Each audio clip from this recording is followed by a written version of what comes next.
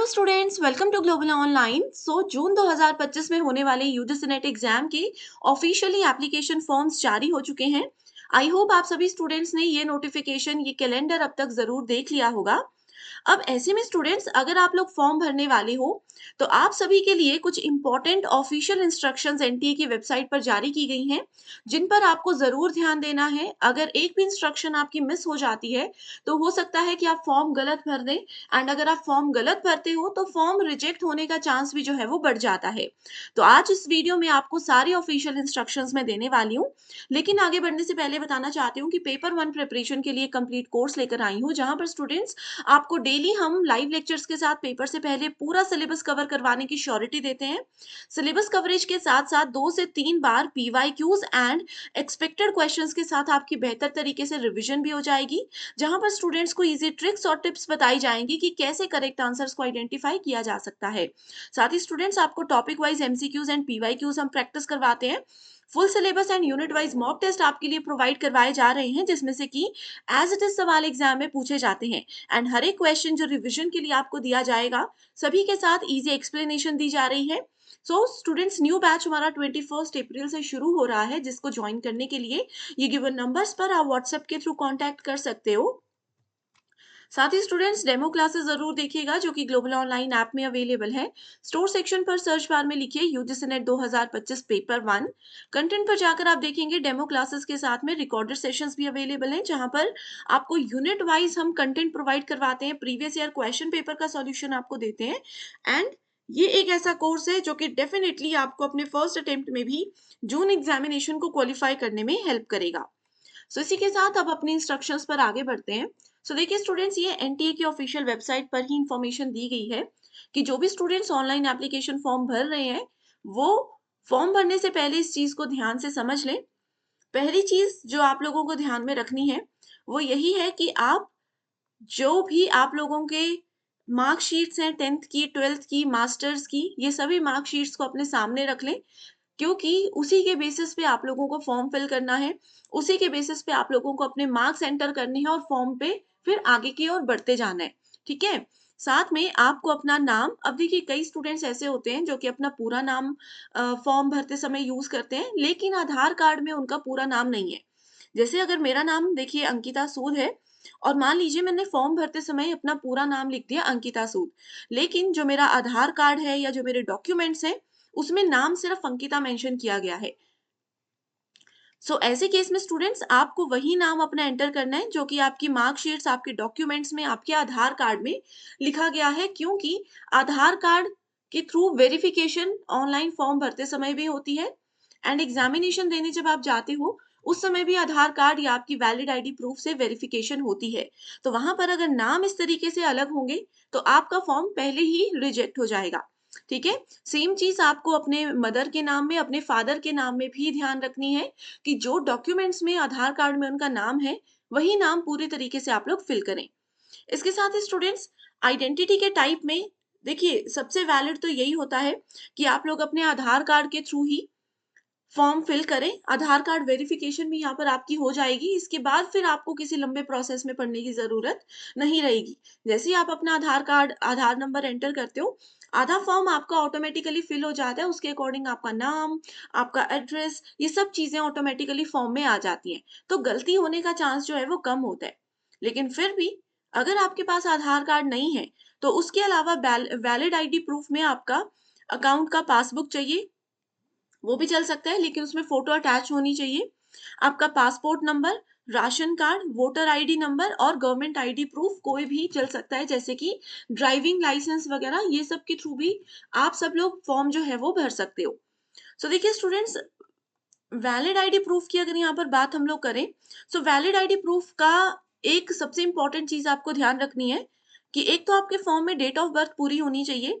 ठीक है, यानी कि इसमें डे, मंथ और ईयर तीनों चीजें लिखी होनी चाहिए। जिन स्टूडेंट्स का आधार कार्ड पुराना वाला है, जो पहली बार आधार कार्ड बने थे, उसमें डेट ऑफ बर्थ देखिएगा पूरी नहीं होती है, तो उसकी फोटो कॉपी वहां पर आप लोगों ने अपलोड नहीं करनी है और एग्जाम वाले दिन भी नहीं लेकर जाना है। दूसरी बात यह है, जिस भी आईडी प्रूफ में आपके नाम, डेट ऑफ बर्थ के साथ साथ में फोटो भी लगी होती है, वही आईडी प्रूफ जो है वो वैलिड माना जाएगा, क्योंकि देखिए ये इसलिए बताया जा रहा है क्योंकि मैक्सिमम स्टूडेंट्स क्या करते हैं, अपने कॉलेज के आईडी प्रूफ को लेकर के चलते हैं, तो वो आपका बिल्कुल भी वैलिड नहीं है।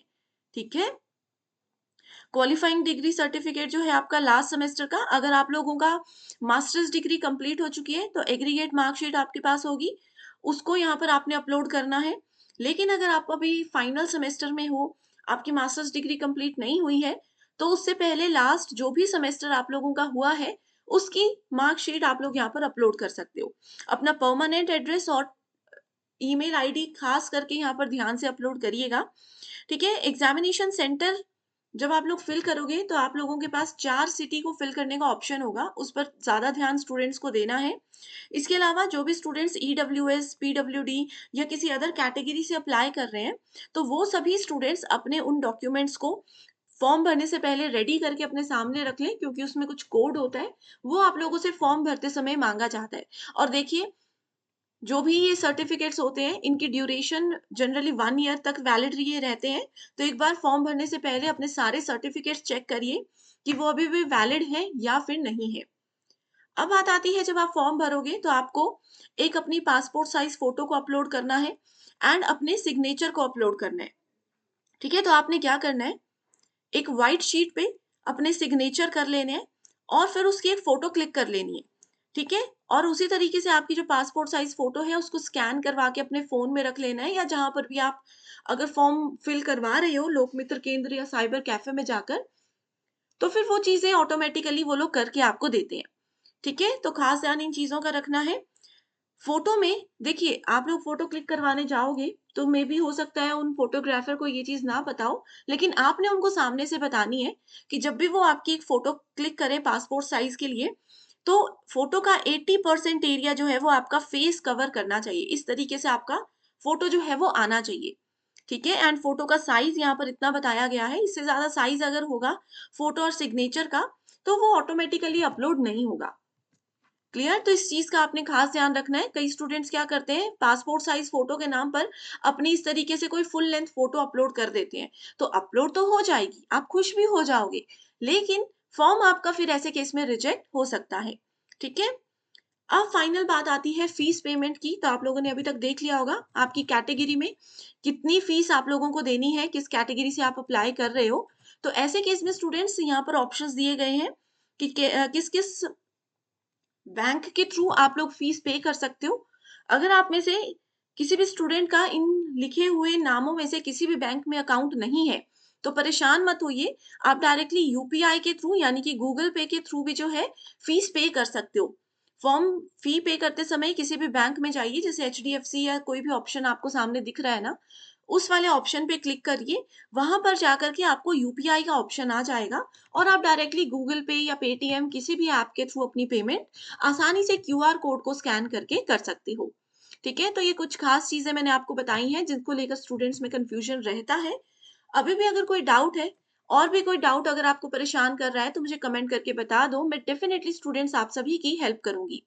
इसी के साथ स्टूडेंट्स, पेपर टू प्रिपरेशन के लिए भी स्टडी मटेरियल आपके लिए हम प्रोवाइड करवाते हैं, जो कि पीडीएफ के फॉर्मेट में रहेगा। नोट्स एंड एमसीक्यूज आपको यहाँ पर दिए जा रहे हैं।